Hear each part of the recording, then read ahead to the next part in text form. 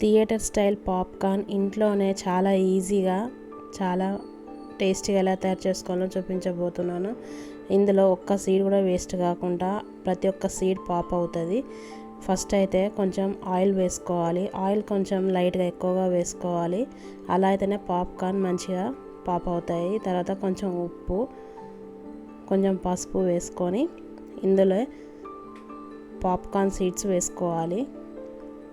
కొన్ని వేస్తే సరిపోతుంది, చాలా ఎక్కువగా అవుతాయి పాప్కార్న్. ఒక 2 మినిట్స్ ఇలా కొంచెం సీడ్స్ రంగు మారేంత వరకు వేయించుకోవాలి మీడియం ఫ్లేమ్ మీద పెట్టుకొని. తర్వాత లిడ్ క్లోజ్ చేయాలి. క్లోజ్ చేసేసి మీడియం ఫ్లేమ్ మీదనే అవి సీడ్స్ పాప్ అయ్యేంతసేపు ఉంచాలి. లిడ్ని ఓపెన్ చేయకూడదు. చూడండి ఎంత బాగా పాప్ అవుతున్నాయో సీడ్స్. ఒక్క సీడ్స్ కూడా ఉండదు పాప్ కాకుండా ఇలా చేస్తే.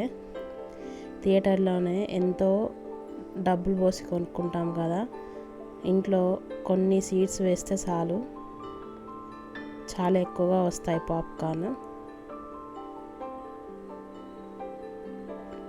ఇలా మొత్తం సీడ్స్ అన్నీ పాప్ అయ్యాక స్టవ్ ఆఫ్ చేసేసుకొని లిడ్ ఓపెన్ చేయాలి. ఎంత బాగా వచ్చాయో పెద్ద పెద్దగా మంచిగా.